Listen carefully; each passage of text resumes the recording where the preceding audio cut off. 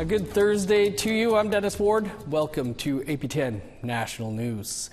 The Alberta Serious Response Team, ACERT for short, has released more details about the fatal interaction on September 17th between a 42-year-old member of the Blood Tribe and several members of the Calgary Police Service. Chris Inachkate has more. According to ACERT, at around 12:56 a.m., Calgary police responded to a call from hotel staff about removing an unwanted person from the lobby of the Carriage House Hotel. A lone officer entered the lobby to find the man standing near the check-in desk. What happened next was captured on a body camera. The male has no weapons and the officer orders the man to leave. The male acts confused, attempting to pick up non-existent items off the floor. 30 seconds later, the officer aims a taser at the man and again orders him to leave. The man raises his hands and agrees to leave, asking the officer not to shoot him. As he makes his way towards the exit, he says, "I don't want to die." Two other officers arrive and the man says again that he doesn't want to die. The taser is put away and the man is grabbed by the first officer. ACERT says the man was never told he was being arrested. The man resists and is then tackled by another officer who punches the man in the head while both are on the ground. Officers 1 and 3 then taser the man, and for more than 3 minutes the fight continues before his hands and legs are cuffed. More officers arrive and the man is seen bleeding from his mouth and vomits. A spit mask is then put on while the man is face down, and paramedics inject a sedative 7 minutes later after he was cuffed. The man is left to lay face down in handcuffs, leg restraints, and the spit mask for about 3 more minutes until officers realize he is unresponsive. The man was provided medical care but declared deceased at the scene. ACERT says they are examining the use of force by the officers. APTN News has identified the man as 42-year-old John Wells from the Blood Tribe, a longtime rodeo competitor who competed in both Canada and the United States. He was also the former president of the Blood Tribe Agricultural Society. His funeral was held on Wednesday. Meanwhile, still in Alberta, Haas Lightning Saddleback's August 30th death has left his home community of Samson Cree Nation and the homeless community in nearby Wetaskiwin shaken 3 weeks after his shooting by RCMP there. APTN's Leanne Sanders traveled to the community to talk to members who want to see change. He was let down by the whole system. Community activist Stephanie Fleury says when the 15-year-old was shot, he was likely looking for his mother, who was not homeless, but was staying with relatives.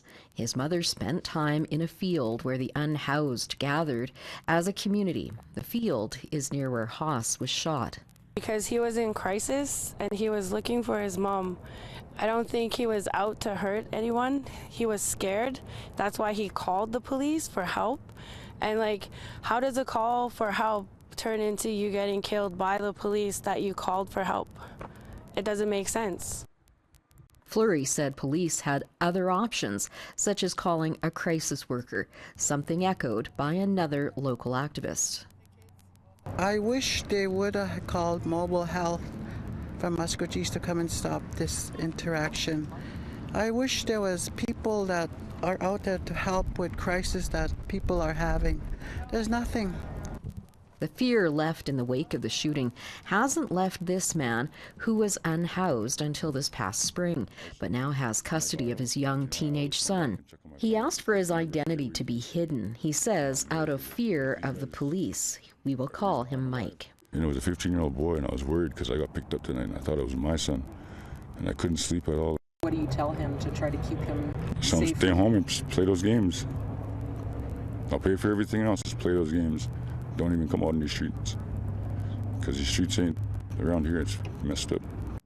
Terry Smallboy, a community member, said everyone is still in shock over Lightning Saddleback's death. I feel as though it wasn't about the RCMP feeling like they were threatened. They suffer an identity crisis far more than our own people, I feel. Once they're in uniform, there's a completely different person in that uniform than there is outside of that uniform. At the time, Lightning Saddleback's death was among 7 deaths of First Nations people involving RCMP or police services in Canada within 3 weeks. That number has now grown to 9. All remain under investigation by outside agencies. As for preventing something like this from happening again, Stephanie Fleury has some ideas. I think that our res needs its own tribal police, and if the RCMP is going to deal with Native people, they need to have a crisis worker to talk in between them, because the police use excessive force. Haas Lightning's family is planning an awareness walk on September 30th, the National Day for Truth and Reconciliation, when everyone is reminded that every child matters. Leanne Sanders, APTN National News, Wetaskiwin, Alberta. You can find much more on this story over on our website, aptnnews.ca. Meanwhile, one man is dead after an officer-involved shooting on the Fishing Lake First Nation in Saskatchewan. CTV's Sierra D'Souza Butts has the details and reaction from the Assembly of First Nations. It started around 1 p.m. when officers tried to pull over a speeding van. Shortly after, a call came into RCMP about a van that had been stolen from a school on the First Nation by a man who was reportedly armed. Certs say firearms were discharged, though not by who. The van continued to travel, but more shots were fired when the vehicle came to a stop. The only occupant of the vehicle was found inside. He was declared dead on scene by EMS. The man has been identified as 34-year-old Joseph Desjardins, who was wanted by police on charges in relation to a string of robberies in the area. This is the 3rd time in the last month that an Indigenous person has died following an encounter with Saskatchewan RCMP. Can you imagine how those families feel, how those communities feel, and how First Nations as a whole feel? Like, do we feel safe in our own homelands? Not with this, absolutely not. Late last month, an RCMP vehicle struck a man on the highway near Buffalo Narrows. On September 9th, another man died in a fatal officer-involved shooting on Atakakub, Cree Nation. In an era where we're trying to build a different country, it's setting us back. So we need action and we need results and we need a different way of doing things. And I think that starts with making sure we start to invest in First Nations police forces across this country. A statement from Saskatchewan RCMP says, when officers respond to a call, serious injury or death is never the outcome they want, adding, each incident is unique, and calls for service often unfold quickly and are dynamic and unpredictable. Desjardins' family has been notified of his death. Members of Fishing Lake are asking for privacy as the community is grieving at this time. The Serious Incident Response Team is now investigating the RCMP's interaction with Desjardins and the circumstances surrounding his death. Sierra D'Souza Butts, CTV News, Yorkton. More than 50 years ago, 8 students from residential schools in southern Manitoba were returning home to Bunabonabee Cree Nation by plane. Shortly after takeoff in Winnipeg, the plane crashed, killing all, including the pilot. On Wednesday, a historical marker commemorating the victims was unveiled near the crash site. Sav Jonesa has more. The unveiling of this commemorative monument comes 52 years after a tragedy. The names of 8 students and a pilot are engraved in stone to be forever remembered. They were on their way to Bunabonabee Cree Nation on June 24th, 1972, when their plane crashed shortly after takeoff in Winnipeg, leaving no survivors. Everyone in our community remembers this as the darkest day in our community's history, and we need to ensure that it's never forgotten. And we owe it to the 8 students who made the ultimate sacrifice while trying to pursue their dreams, and we owe it to their parents, siblings, and friends to celebrate the lives of their loved ones for the short time they were with us here on Earth. The students, aged 14 to 21, were returning home from residential schools near Manitoba's capital, roughly 600 kilometers south of Bunabonabee. What would have been a joyous reunion for the families who couldn't see their loved ones for months at a time while they were away turned to devastation as they learned their fate. Bunbonabee Chief Richard Hart says if residential schools didn't exist, perhaps the students would still be alive today. Many First Nation students across Canada returned to their communities with a broken spirit that could not be healed, and that affected their families from generation to generation. Many students never returned. Many died alone while at these schools and were buried in unmarked graves. Others, like our students, died just trying to get home to where the familiar and where the family and where the feeling of safety lied. The monument stands only a few hundred meters away from where the plane crashed in a Winnipeg suburb. It's still not clear what caused the accident. The Royal Aviation Museum of Western Canada requested the monument's creation, and it was unanimously approved by City Council. Stacey Robinson is the niece of Iona Wienusk, one of the students who died. To think of how the excitement these 8 students were feeling, taking off, coming home. She says the monument may bring closure for some, but not all. The families, there's still that heartache that they're missing their sisters and their brothers, right? Kind of hard to say there's a closure, but having the stone here means a lot to the families. Surrounding the monument are 9 saplings, one for each person, to symbolize growth and the future. Sav Jones, APTN National News, Winnipeg. Coming up, we'll hear from the Mi'kmaq artist who designed the orange shirt for Walmart this year. Stick around.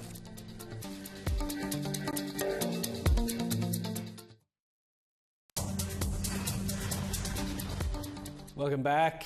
NDP MP Leah Gazan introduced a private members bill earlier today.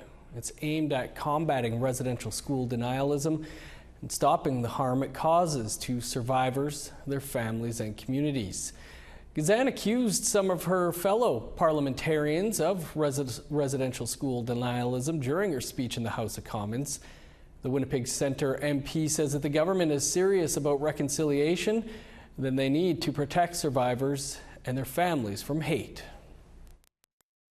Today I rise to table an act to amend the Criminal Code promotion of hatred against Indigenous peoples. If passed, this bill would add to the Criminal Code the offence of willfully promoting hatred against Indigenous peoples by condoning, denying, justifying, or downplaying the harm caused by the residential school system in Canada, calling irrefutable historical facts into question. A genocidal project that was recognized as such unanimously in the House.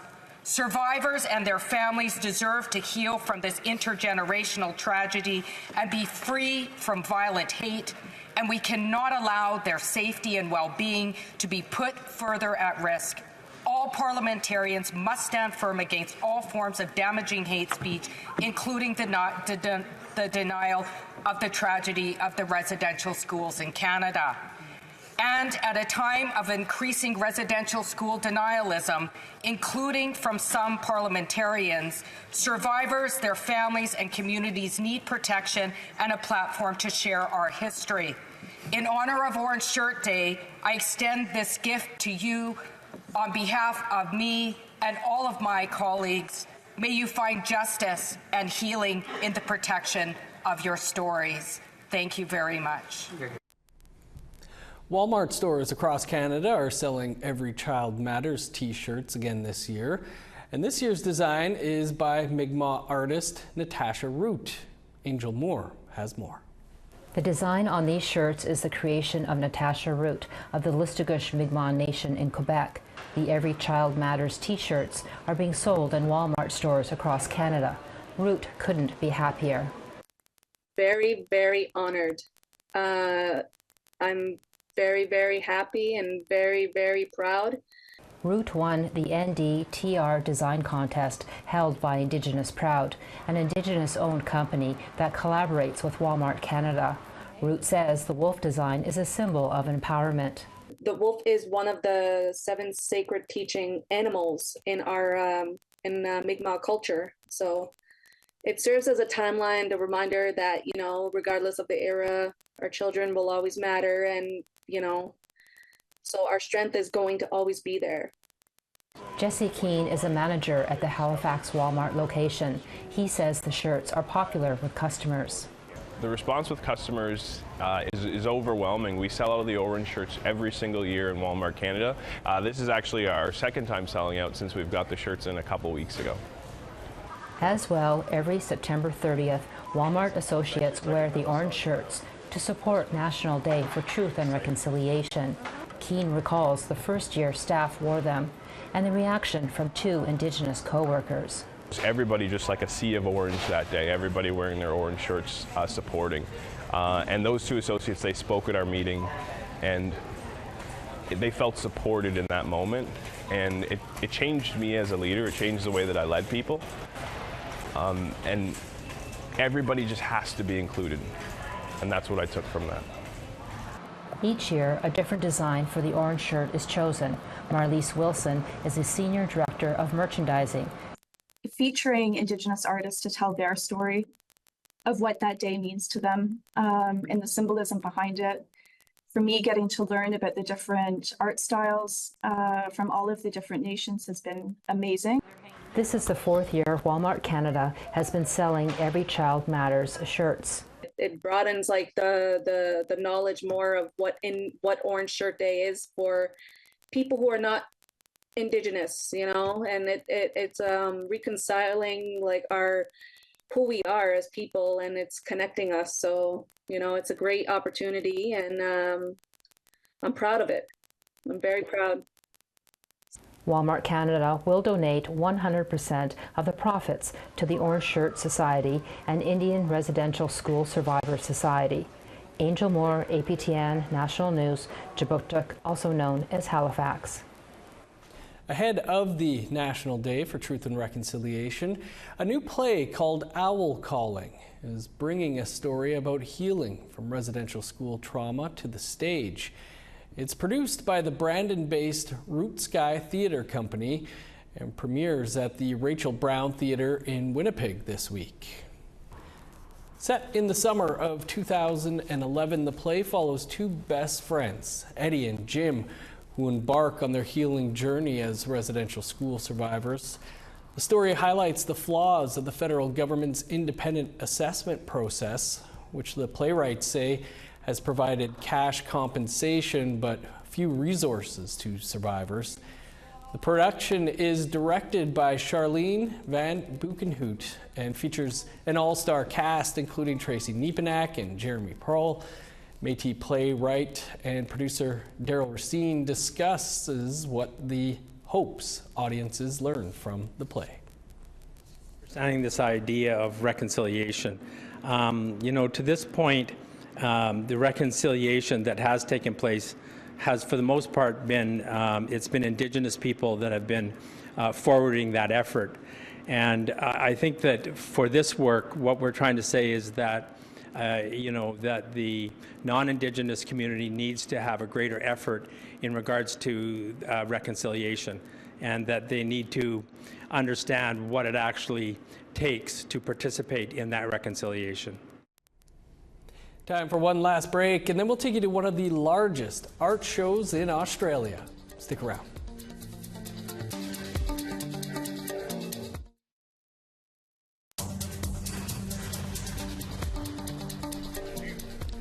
Welcome back. Here's a look at your current conditions. 16 in Halifax, sunny, and 13 in Fredericton.